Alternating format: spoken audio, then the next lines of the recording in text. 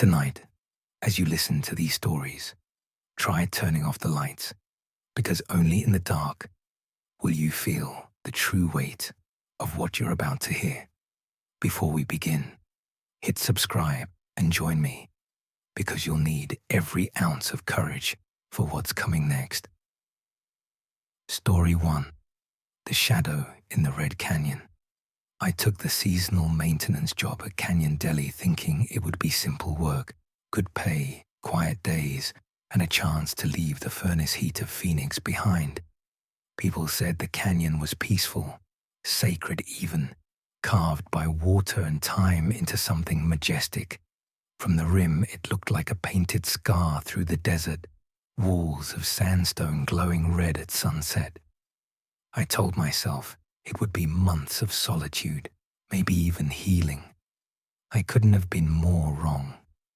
The first weeks were calm. I spent my mornings repairing trails, clearing brush washed down by flash floods, hauling branches that smelled of pine and wet earth. The air was different down there, cooler, damp even when the desert above baked. But the silence weighed heavy. Sometimes you'd hear nothing for hours, just your own boots guffing against sand. Locals had warned me about the storms. When it comes fast, one ranger said. He wasn't exaggerating. The monsoon rains would rip across the sky without warning, turning the trails into rivers. One moment, you'd be walking on cracked earth. The next, you'd sink ankle deep in a brown, sucking mess. That day, the sky had been overcast since dawn. My supervisor shoved a radio into my hand, told me to check the White House ruin trail alone, since half the crew was out patching fences. I didn't argue. I'd gotten used to walking solo. I carried my shovel, my pack, and a sense of false confidence. The deeper I descended, the more the canyon walls closed in. They were slick from the recent rain, speckled black with desert varnish. Water dripped constantly, making little plink sounds into the shallow puddles. It should have been a soothing sound, but it echoed strangely, as if something was moving just ahead, always out of sight. After about an hour down, I rounded a bend where the walls narrowed. There, next to a huge boulder, a figure was hunched over. At first, I felt relief. Company, maybe a stranded hiker. He wore a faded denim jacket, mud-caked jeans. One hand clutched at his stomach as if he were hurt. His head was bowed low, chin almost to his chest. "Hey," I called, my voice sounding thin against the stone. He didn't answer. I took a few steps closer. The silence grew heavier. My boots made a squelch in the mud. The smell of wet clay thickened the air. Then, he moved, not like a person getting up in pain. His arms swung out too far forward, pendulum-like, before his legs lurched to catch up. The way he stood was like a puppet on a string, pulled too hard, too abruptly. His head swiveled toward me, not a lifting, but a rotation. The chin swiveled, past the point it should have stopped, as if his neck had no bones. A sound came from him, a gurgling, wet rasp. It wasn't a groan. It was the sound of air being forced through water thick and wet, bubbling from deep in his chest. Every instinct screamed at me to run, but I froze. My mind was trying to make up excuses, maybe an injured hiker, maybe shock, maybe heat stroke, but my body knew before my mind did. This was wrong. I backed up, slowly at first, then faster. My boot slid on the slick mud. It followed. Not fast, but steady, each lurching step covering more ground than it should. The trail ahead forked. One path led to the bridge, now warped and slick with flood debris. The other, a 5-mile switchback trail to an emergency climb-out I had never tried. I glanced back. It was still there, shuffling, lurching, but impossibly steady, as if no matter how fast I went, it would never be left too far behind. The canyon walls made it worse. Every rasping breath it took was a loud, clicking echo, amplified until I felt like it was breathing right in my ear. I remembered something one of the Navajo crew members had said once around a campfire. "Don't call them out. Don't speak their names. If you see one, just keep walking." I had laughed then. I didn't now. I took the climb out. The path was steep, carved roughly into the rock. My legs screamed with every step, the mud dragging me down. The higher I climbed, the louder my own breath became, ragged, panicked. Halfway up, my curiosity betrayed me. I looked back. It was at the base, looking up, its head still at that unnatural angle. It tried to climb, boots slipping in the mud, limbs lurching out of rhythm. Each time it slipped, its arms would flail out, then snap back against its sides as if invisible strings were yanking them tight. I scrambled harder, the sandstone grooves biting into my palms as I pulled myself up. The ledge at the top was narrow, barely wide enough to stand. I collapsed there, my chest heaving, my eyes darting down. It had stopped. It stood motionless at the base of the climb, its head angled back, chin pointed so high it almost touched its throat. Even from a distance, I swear, I could see its mouth stretched wider than normal, the jaw pulled taut, as if it were getting ready to swallow the climb-out hole. I stayed there until the sunset painted the rim rock red. When I stumbled out onto the dirt road, Ranger Martinez found me collapsed near the truck. When I told him what I'd seen, his face hardened. "You're not the first," he said softly. "Some workers have quit right on the spot. Some didn't say a thing. 2 weeks later, I quit too. No explanation, no goodbye. I just left." As I drove out, I stopped once at an overlook. Storm clouds were gathering, lightning flashes in the distance. I looked down into the canyon one last time. The walls squeezed in tight, the shadows grew deeper. And there, near the boulder, something small and still was waiting, head bowed, arms dangling out too far in front, watching. Story 2. The Wet Sheep Pen of Kayenta. I grew up in Kayenta, Arizona. The land out there feels endless. Red desert stretches cut by brush, plateaus rising like ancient guardians, a horizon that makes you feel both free and exposed. Herding sheep has always been part of life, a rhythm older than the paved roads, older than the power lines that now crisscross the reservation. I was about 19 that summer. August, monsoon season. Storms don't announce themselves out there, they explode. That night, the rain came down so hard that the tin roof on my family's shed sang like 1,000 drums. When it stopped, the ground was soft, almost alive, breathing mist into the cooling air. My neighbor, Danny, called me over to help him fix his sheep pen on the northwest side of town. The storm had bent the poles, loosened the wire, and left everything smelling of cedar and wet earth. We worked by lantern light, the mud sucking at our boots, our hands raw from pulling the wire taut against the swollen cedar posts. That's when I saw it. A single ewe standing apart in the far pen, motionless. Sheep don't stand like that. They fidget, they graze, they startle at flies.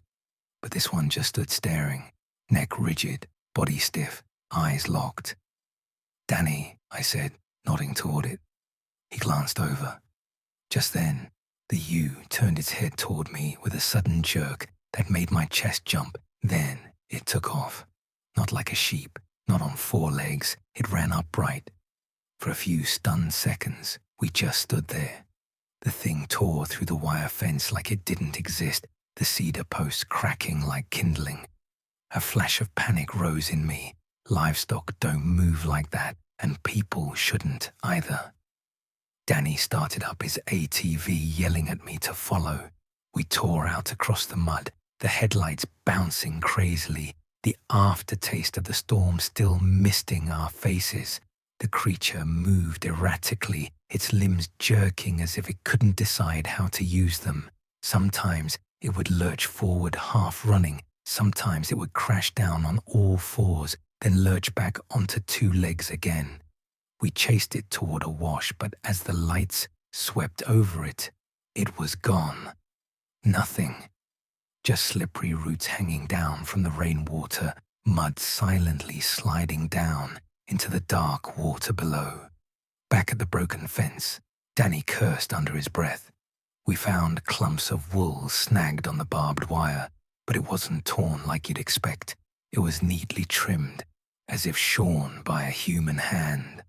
Worse, in the mud next to the hoofprints were bare human footprints, sized for a person, the toes long, splayed out unnaturally. We didn't sleep. We kept watch. The lantern burned until its fuel ran low. Near midnight, a ewe let out a sharp, panicked bleat.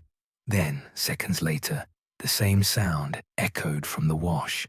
A perfect mimicry, but just off enough to make my skin crawl. I raised my rifle. Danny whispered for me to wait. That's when we saw it.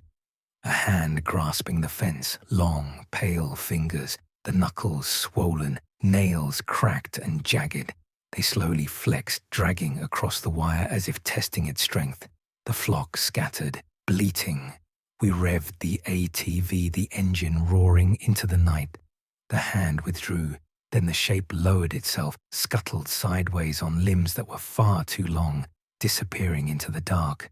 At dawn, we followed the tracks to a sandstone arch. There, we found a hidden alcove, strange, deliberate piles of wool clumps, some tied with string, an old jacket that smelled of rot. A knife lay nearby, the blade smeared with fresh sheep grease. And the tracks, not one set, but two. A hoof, a human foot, side by side, as if they were walking together. That evening, we put salt all around the pen, set snare traps, tied nails so they'd clatter if touched. Near midnight, the nails clattered violently. The fence went taut inwards, as if something were pressing against it, testing. Lightning tore across the sky, and for a moment we saw it clearly. A tall, gaunt figure standing just outside the salt line. Its ribs were visible through its pale, taut skin. Over its shoulder was a pelt sewn from sheep wool, like some grotesque cloak. Its face was smeared with mud, its eyes black and hollow. We yelled, raised our rifles. The figure dropped to all fours and sprinted into the wash, so fast the lantern light couldn't keep up. For a moment, the snare trap caught it, tightening with a metallic twang, and then a shriek, a human shriek, raw. It tore through the night before disappearing into silence. At sunup, blood drops were scattered on the northern trail, fading into long human strides. Danny sold the property a few months later, said it wasn't worth the trouble. Locals whispered the previous owner had lost half his flock in one night. No bodies found, no signs of a predator, just torn fences and a silence as heavy as stone. Some nights, when a storm rolls across the desert, I still hear it in my memory. The echo of a ewe, repeated by something that wasn't a ewe. Something that stopped where the salt line began. Story 3. The Mimic at Blue Water Lake. I've never been a person who scares easily. I'm a dad in my mid-30s, pragmatic, the kind of guy who checks the locks twice at night but isn't startled by every sound. Camping has always been a way to slow down. No phones, no noise, just my family and the quiet rhythm of nature. That August, we drove to Blue Water Lake State Park in New Mexico. The place was beautiful in the sun, a wide blue lake surrounded by pine trees and sandstone, with air so crisp it almost hurt to breathe. My kids played near the shallows while my wife unpacked sandwiches. Fishermen's lines glittered in the distance. Everything felt peaceful, normal. This is exactly what we need, I thought. But at night, the lake changes. The trees around our campsite whispered constantly, even though the air was still. The crickets chirped in a rhythm that seemed slightly too fast, and the silence between those sounds lasted just a beat too long, as if something were waiting for them to stop. It was close to midnight when I woke up. The first thing I noticed was the air. It wasn't cool anymore. It was thick, humid, almost like being in a greenhouse. My skin tingled, slick with sweat. Then I heard it. Heavy footsteps just outside the tent, not the rustle of a raccoon or the light tread of a deer. These were purposeful steps, slow, sinking into the earth with weight. I held my breath. The footsteps circled once, stopping near the zippered flap. The nylon fabric gave a slight rustle, as if something brushed against it with the back of a hand. Every part of me screamed to stay silent, but I reached for the flashlight anyway, my fingers trembling, my thumb slick on the switch. Slowly, carefully, I pulled the zipper just enough to get the beam through. At first, nothing. Just trees, darkness, the soft ripple of water in the distance. My heart started to ease until the beam hit something near the tree line. A child. My child. The figure stood still, about the same height as my son, Miguel. His same dark brown hair, even the scar over his left eyebrow. For a second, my brain didn't doubt it. But then I froze, because I could hear Miguel behind me in the tent, breathing slow and steady in his sleeping bag. I swung the beam higher onto the figure's face. That's when my body went cold. It blinked, but not like a person. Its eyelids closed from the bottom up smoothly, as if a second layer of skin was sliding over its eyes. The movement was wrong, silent, too deliberate. "Miguel?" I whispered. My voice broke. There was no answer. The figure tilted its head, almost curiously, then took a step forward. The movement was unsettling. Its knee lifted too high, its foot was placed down awkwardly, as if it were learning how to walk.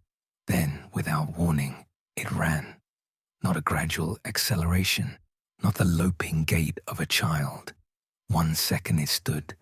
The next, it was gliding into the trees at an inhuman speed, disappearing between the trunks as if the night had swallowed it. I zipped the tent shut with shaking hands. I didn't sleep.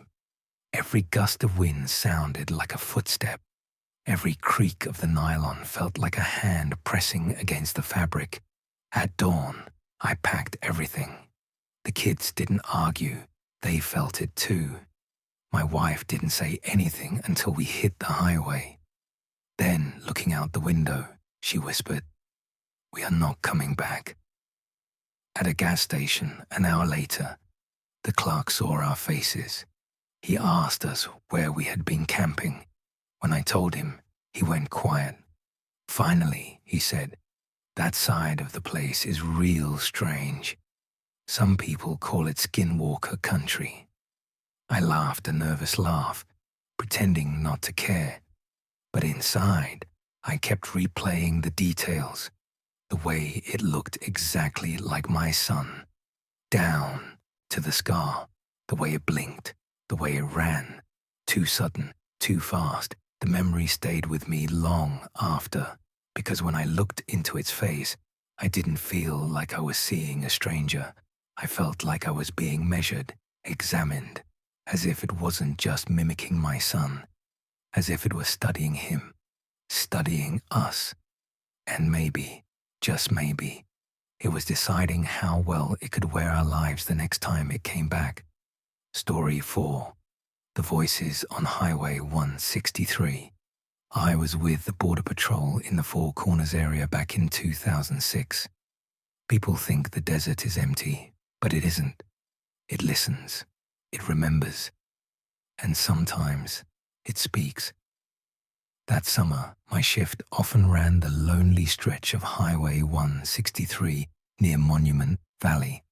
If you've ever driven it, you know the sight. Giant buttes rising like stone cathedrals from the flat ground, their shadows cutting across the horizon. At sunset, they're spectacular. At night, they're terrifying. The road goes on so far, so straight. You feel like you're driving into nothingness. One night in August, just after midnight, I was alone in my vehicle. Windows down, radio turned low. The sky was clear, the stars so sharp, they looked like pinpricks through black velvet. There were no other cars, no houses, just me, the asphalt, and the stone giants watching from the dark. Then I heard it. A voice, as clear as if someone were sitting in the back seat. "Help me." I slammed on the brakes so hard the tires squealed on the pavement. My heart pounded as I spun around. The seat was empty. The radio was crackling with static, then came into clarity. Nothing but dispatcher chatter. I sat there for a long moment, the engine idling, my hands slick on the steering wheel. Finally, I told myself it was exhaustion, stress. I started driving again. 10 miles later, the headlights caught movement up ahead. A figure stood on the shoulder, slight, small, waving weakly. It looked like a girl, maybe 12, with long, dark hair and a pale dress that was torn at the hem. I pulled over, the gravel crunching under the tires. I got out, shining my flashlight beam directly onto her face, but when the light hit her, she froze. Not like a child startled by help, like a deer in a trap. Her eyes were strange, too wide, too still, reflecting the beam like an animal's. "Are you hurt?" I asked. My voice shook despite the badge on my chest. She didn't answer, just raised a hand and pointed, across the highway, into the desert. I followed my flashlight beam. The desert stretched out empty. Rock, sagebrush, sand, nothing else. When I looked back, she was gone. No footprints in the gravel, no sign she had ever been there. I got back in the vehicle, slammed the door, locked it. The air inside felt heavy, suffocating. Then the voice came again, this time from the radio speaker, even though no buttons had been pushed. "Help me." It was the girl's voice. High, trembling, almost pleading, but just off. Too deliberate, like someone was mimicking the sound of fear without feeling it. I turned the radio off. The voice didn't stop. It came from outside now, just beyond the glass. "Help me." I floored the gas pedal. Tires spun, gravel flew, and the patrol car lurched forward. I didn't care about regulations, didn't care about reports. I just drove. In the mirror, for a moment, I saw something chasing, not running, gliding. A tall, gaunt figure keeping pace with the car, its face pale and stretched, its mouth agape as if it were screaming, though no sound came out. When I reached Kayenta, there was nothing in the mirror but headlights and dust. I never filed a report. Who would believe it? A patrol officer haunted by voices in the desert. I told myself it was exhaustion, maybe heat stroke. But the memory didn't fade. Because sometimes, even now, when I'm on a night shift, I'll turn the radio down to check the silence. And sometimes, if the desert is very still, I swear I hear it again. The voice of a child, whispering from the dark, "Help me." Story 5. The Girl on the Shiprock Backroads. I grew up near Shiprock, New Mexico. Back then, Friday nights meant the whole crew piling into a car, driving the back roads, windows down, music low, cool desert air whipping past our faces. It was freedom, no parents, no curfew, just endless stretches of asphalt cutting through the land like veins. That night, it was just my friend Ray and I. We were 20, restless, chasing that youthful thrill under a desert sky. His old Ford truck rattled down the road, headlights carving through the sagebrush and dust. The radio played a weak country station, the signal faint. We were in the middle of nowhere when we saw her, a girl, standing alone on the side of the road. At first, I thought she was maybe 15. Long black hair down to her waist, a pale bone-white dress, the hem fluttering in the warm breeze. She wasn't moving, wasn't waving, wasn't even looking at us, just standing there, her head tilted slightly, her eyes fixed on something in the far distance. Ray slowed down. "Is she lost?" he mumbled. "Out here," I said. "There aren't any houses for miles." We pulled over. The gravel crunched under the tires. My stomach tightened, a feeling I couldn't explain. The girl turned her head, slowly, too slowly, as if the movement wasn't her own. Her eyes caught the headlights and glowed a flat, white, unreflective color, with no depth. "Need help?" Ray called out the window. His voice sounded braver than I felt. She opened her mouth. What came out wasn't words. It was the sound of a car crash played in reverse, metal screeching, glass shattering, all twisted into a single, drawn-out groan. Ray cursed and threw the truck into drive. The tires spun, dust kicked up, but before we lurched forward, the girl was suddenly closer. She didn't run. She didn't walk. She was just there, standing at the edge of the truck bed, her hand resting on the tailgate. Her fingers were strange, too long. The knuckles bent backward. The nails were chipped, thick and claw-like. "Go, go," I shouted. Ray slammed the accelerator. The truck fishtailed, gravel spraying into the night. In the rearview mirror, I saw her running now, bare feet pounding the asphalt, but too fast, faster than anything human. Her body jerked with each stride, like her bones weren't connected right. We pushed 70, 80. She kept up. Her face stretched wider in the mirror, mouth gaping open wider than any jaw should. From that void came a sound, a high, piercing wail, like every scream we'd ever heard layered together. Then, without warning, she stopped. Just stopped, in the middle of the road, arms at her sides, head bowed. The sound cut off, replaced by silence so heavy it rang in our ears. We didn't stop driving until the Shiprock gas station lights appeared. We stumbled out, shaking, pale, babbling nonsense to the night clerk. He looked at us, then asked one question. "Which road?" Ray told him. The clerk shook his head slowly. "People see her sometimes. They say it's not a girl. It's something wearing the memory of one." We drove home in silence, windows up, radio off. That was 10 years ago. Ray won't talk about it, says he doesn't want to give it power by speaking. But I can't forget. Every time I take those back roads, even in daylight, I feel it, like someone's watching from the sage, waiting for night. And sometimes, when I glance in the mirror at dusk, I swear I see her again, standing just beyond the taillights, not walking, not moving, just waiting.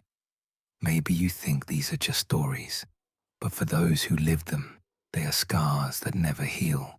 If you want to hear more terrifying encounters, follow the channel and share your own chilling experiences in the comments.